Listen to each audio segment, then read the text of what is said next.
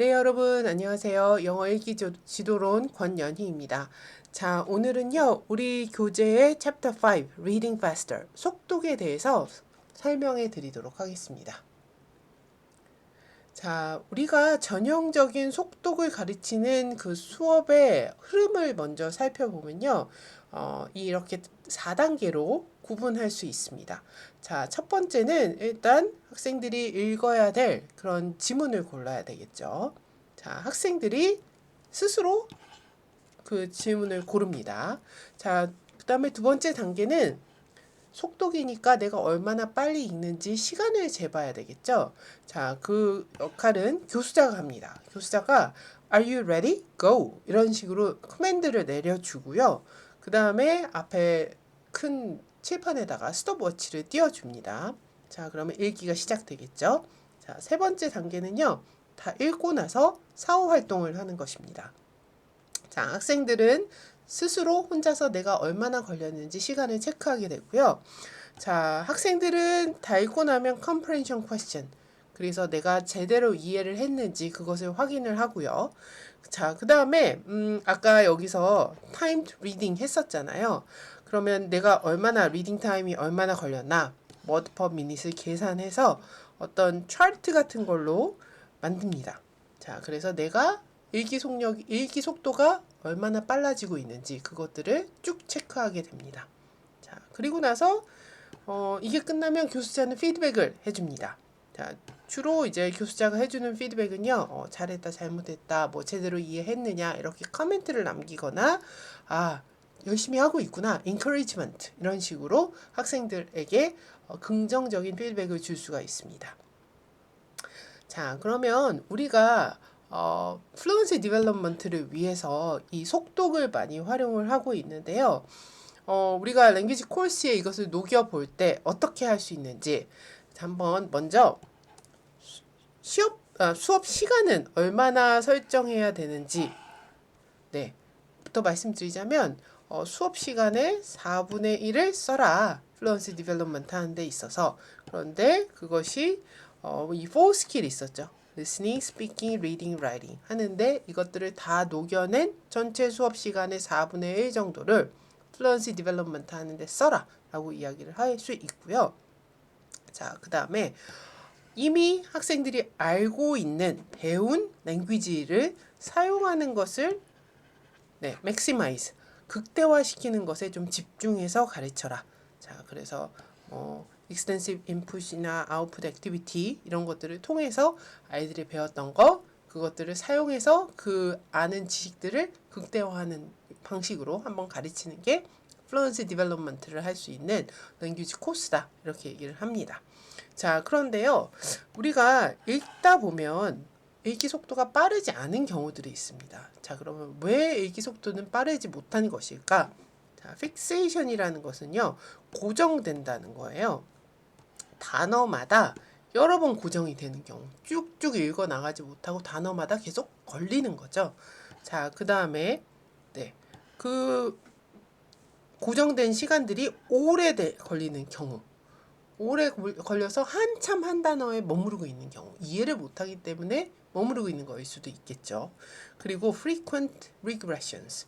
regression은 회귀라는 거예요. 그래서 속독을 하려면 이렇게 쭉 빨리 읽어 나가야 되는데 글의 흐름이 한 방향으로 가지 못하고 뭐였지? 하고 다시 돌아가는 것. 이런 현상이 많이 일어나다 보면 글을 읽는 속도는 느려질 수밖에 없겠죠.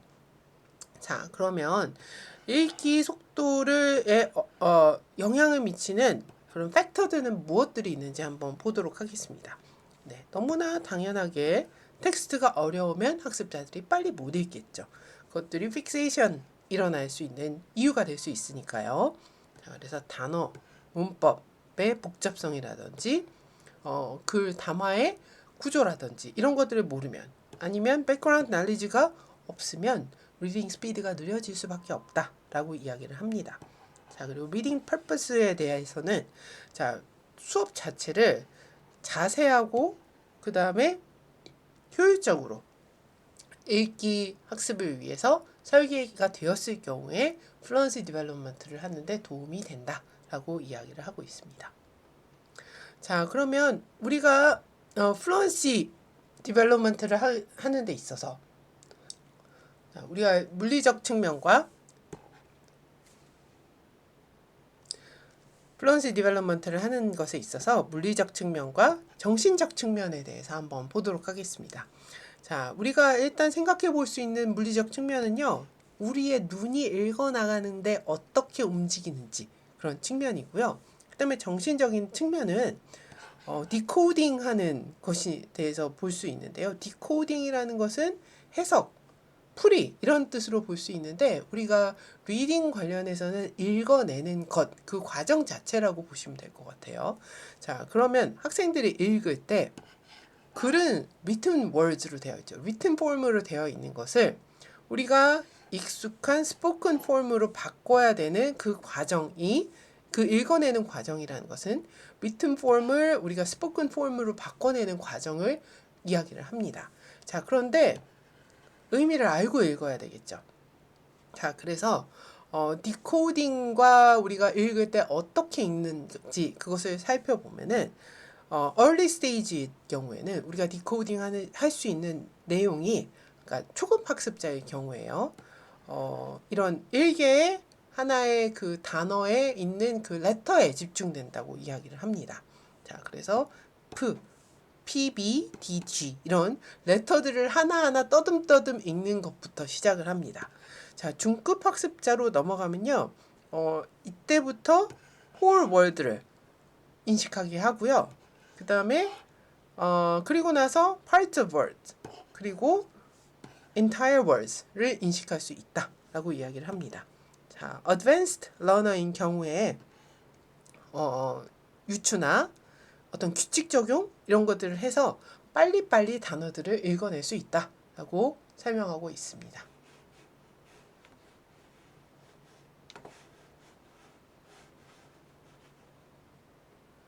자, 그렇다면 우리가 이 속독을 통한 학생들에게 이 유창성을 길러주기 위해서 어떻게 우리가 수업을 준비할 수 있을 것인가? 이 교재에서는요, 두 가지 관점을 제시를 합니다. 첫 번째는 well-beaten path, 잘 닦인 길을 만들어 주어라. 두 번째는요, the rich and varied map, 풍부하고 다양한 지도로 그 플루언시 디벨롭먼트를 길러줘라. 이렇게 두 가지 측면에서 이야기를 하고 있습니다. 자, well-beaten path 측면에서는요, 반복학습을 기반으로 한 플루언시 디벨롭먼트를 해라 라고 이야기를 합니다. 그래서 예시로 들고 있는 게 432 activity라는 것이 있습니다. 자, 이거는 조금 이따가 다시 한번 여러분들께 소개시켜 드릴 일이 있으니까요. 그 뒤에서 다시 보도록 할게요. 자, 그래서 학생들에게 같은 교재를, 같은 텍스트를 여러 번 계속 반복적으로 읽게끔 하는 것. 그것이 well-beaten path를 설정해 주는 것이고요. 자, 그러면 두 번째, 풍부하고 다양한 지도는 어떻게 만들어 줄 수 있느냐? 바로 지난 시간에 했었죠. ER을 통해서 우리가 만들어 줄 수 있다라고 이야기를 합니다. 그러니까 학생들에게 매번 다른 읽기 자료를 주는 거예요. 그런데 레벨은 비슷하고 그 과정에서 그라마, vocabulary, 그 다음에 어떤 단어나 이런 문장들 구조 간의 관계들을 학습자 스스로 파악할 수 있게끔 하는 그런 능력을 키워줘라 라는 관점이 두 번째 관점이 될 것 같습니다. 자, 그러면 우리가 플루언시 디벨롭먼트를 해주기 위해서 어떤 액티비티들을 우리가 제시를 해줄 수 있을까요? 자, 우리가 일단 무언가를 계속 읽혀야 되죠. 학생들에게. 그래서 반복적으로 리딩을 시켜줘야 되는데 어느 정도로 읽어야 하느냐. short 텍스트를 word per minute로 봤을 때 50에서 300단어 정도로 읽어낼 수 있어야 된다. 라고 이야기를 합니다. 자, 그러면 여러분들 500에서 300단어라는 것이 조금 어느 정도인지 궁금하실 거예요. 그래서 제가 어떤 스터디에서 제시되었던 이 표를 한번 가져와 봤는데요. 원어민 기준일 때 영어 읽기 수준이 word per minute이 느린 원어민이 읽는 것은 10에서 100, 보통인 경우에는 200에서 240 word per minute을 읽어내고 있는 것을 알 수 있습니다. 그러니까 원어민 기준, 느린 원어민이나 보통의 원어민 수준 정도 되게끔 학습자들이 읽어내야 된다는 거죠. 자, 그래서 일단 한번 읽게끔 합니다. 그리고 나서 그 다음날 한번 다시 읽게끔 한다는 거예요. 자, 그 다음에 어떤 텍스트를 줄 수 있느냐? Slightly above current level. 학습자의 자기가 가지고 있는 영어 읽기 능력보다 조금 더 어려운 텍스트 주어라 라고 이야기를 합니다. 줄 수 있는 텍스트 형식은 시나 뭐 어떤 플레이나 조크스나 short stories 아무거나 다 괜찮다. 이런 형식으로 줄 수 있다 라고 이야기를 하고요. 자, 그런데 플루언시 액티비티를 하는 데 있어서 그런 효과적으로 어떤 것들을 우리가 고려를 해야 되는지 보면요. 일단은 너무 어려운 걸 주면 안 된다고 이야기를 합니다. 여기도 slightly above current level이라고 되어 있잖아요. 자, 그래서 왜냐하면 학습자들이 단어가 익숙하고 irregular spelling을 최대한 최소화할 수 있기 때문에 그렇고요. 자, 그 다음에 학습자들이 어느 정도 빨리 읽을 수 있는 프레셔를 줘라 라고 이야기를 합니다. 그래서 리딩 타임 같은 거 재고 얼마나 읽었어? 수시로 체크하고 그런 것들, 그리고 네가 얼마 만에 읽어볼래? 이런 것들, set speed goals를 스스로 설정하게끔 하는 이런 장치들이 있어야 된다. 자, 그 다음에 quantity of practice, practice의 양에 대해서 이야기를 합니다. 자, 학생들에게 짧은 지문을 읽게끔 하는 거는 괜찮습니다. 그런데 repeated reading, 계속 반복적으로 읽게끔 하는 거, 이것이 필요하고요. 네 번째는 message, 우리가 그냥 읽어내는 것만 가지고 끝나면 안 된다는 거죠. 자, 그래서 어떤 청자들이 얘가 읽은 것에 대해서 제대로 이해했는지 그런 것들을 청자를 포함시켜라 라고 이야기를 합니다. 자, 그리고 나서 두 번째 우리가 또 생각해 볼 수 있는 거는요. 어떤 액티비티들이 있을 수 있느냐. 첫 번째는요. reading aloud, 소리 내어 읽기. 자, 활용을 해볼 수 있습니다. 두 번째는요. careful silent reading, 묵독시키는 거요. 조용하게 소리 내어 읽지 않으면 좀 더 의미에 집중하면서 읽을 수가 있겠죠. 자, 그리고 마지막으로 효율적 읽기를 위한 테크닉을 우리가 알려줄 수 있습니다. 스키밍, 스캐닝 같은 것들을 알려줄 수 있죠. 자, 그래서 이것들을 활용을 하면 특정 정보들이 어디에 있는지 지문을 쭉 읽어내려가면서 빠르게 찾아내는 그런 스킬들을 길러줄 수 있다라고 이야기하고 있습니다. 자, 그러면 여러분들 앞서 제가 제시해 드렸던 우리가 학생들에게 속도가 가르치기 위한 두 가지 방법이 있었습니다. well-beaten path, 단단하게 잘 닦여진 길을 보여줄 것이냐, rich and varied map, 풍부하고 다양한 지도를 제시할 것이냐. 자, 이 두 가지 포인트를 여러분들께 여쭤보고 싶은데요.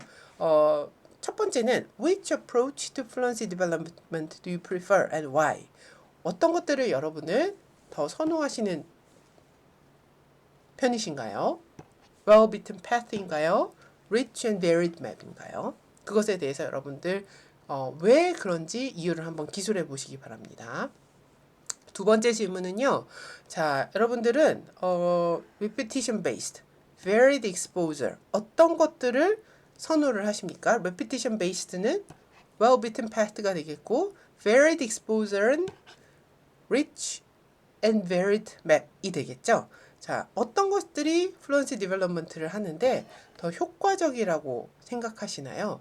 아니면 얘 두 개를 서로 함께 사용했을 때 이것이 더 우리가 fluency development를 하는 데 있어서 더 효과적인 학습 방법이 될 수 있을까요? 자, 여러분들의 입장을 이 두 가지 질문에서 둘 다 한번 기술해 보시기 바랍니다.